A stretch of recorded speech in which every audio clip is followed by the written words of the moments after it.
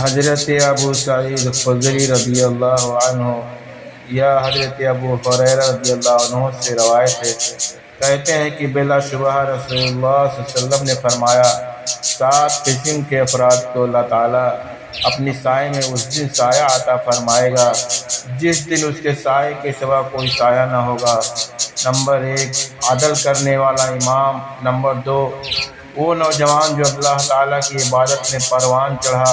Number 3، وہ شخص جس کا دل مسجد سے لٹکا رہتا ہے اس وقت کی جب وہ مسجد سے باہر نکلے اس کا دل مسجد ہی کی طرف مائل رہتا ہے اور بے چین رہتا ہے یہاں تک کہ اس کی طرف واپس لوٹ آئے۔ نمبر 4، وہ 2 شخص جو اللہ کی خاطر آپس میں محبت کریں، وہ دونوں اس پر جمع ہوں اور اسی پر جدا ہوں۔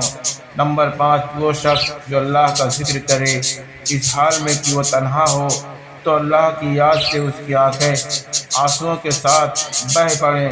نمبر 6، وہ آدمی جسے حسب خاندانی شرافت اور خوبصورت والی عورت زنا کی دعوت دے تو وہ کہے کہ بلا شبہ اللہ رب العالمین سے ڈرتا ہوں۔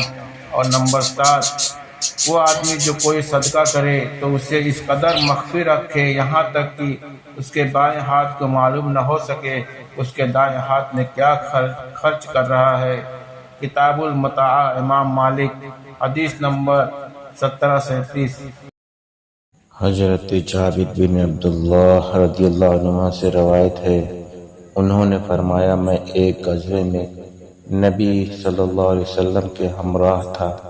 آپ صلی اللہ علیہ وسلم نے مجھ سے فرمایا، کیا تم اپنا یہ اونٹ مجھے 1 دینار کے عوض فروخت کرتے ہو؟ اللہ تمہاری مغفرت کرے گا۔ میں نے کہا، اللہ کے رسول، جب میں مدینہ پہنچ جاؤں گا تو یہ اونٹ آپ کا ہوا۔ آپ صلی اللہ علیہ وسلم نے فرمایا، کیا تم اسے میرے ہاتھ 2 دینار کے عوض فروخت کرتے ہو؟ اللہ تمہاری مغفرت کرے گا۔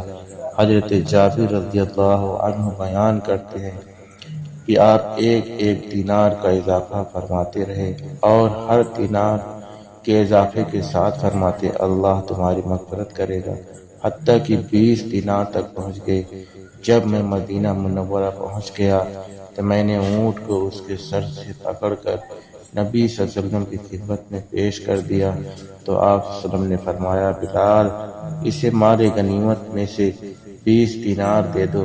رقم کی ادائیگی کے بعد آپ نے مجھ سے فرمایا، اپنا اونٹ لے لو اور اسے اپنے گھر لے جاؤ۔ سنن ابن ماجہ۔ رسول اللہ صلی اللہ علیہ وسلم فرمایا کرتے تھے، اے اللہ، مجھے ان لوگوں میں سے بنا دے جو نیک کام کرتے ہیں تو خوش ہوتے ہیں اور جب برے کام کرتے ہیں تو استغفار کرتے ہیں۔ نبی کریم صلی اللہ علیہ وسلم نے فرمایا، 100 مرتبہ لا الہ الا اللہ کہا کرو کہ یہ زمین و آسمان کے درمیان کی فضا کو بھر دیتا ہے اور اس دن کسی کا کوئی عمل اس سے آگے نہیں بڑھ سکے گا۔ رسول اللہ صلی اللہ علیہ وسلم نے فرمایا، جب کوئی شخص قرآن شریف پڑھتا ہے تو فرشتہ اس کے دونوں آنکھوں کے درمیان یعنی پیشانی کو احتراماً بوسہ دیتا ہے۔ رسول اللہ صلی اللہ علیہ وسلم نے فرمایا، جب کوئی شخص قرآن شریف پڑھتا ہے تو فرشتہ اس کے دونوں آنکھوں کے درمیان یعنی پیشانی کو احتراماً بوسہ دیتا ہے۔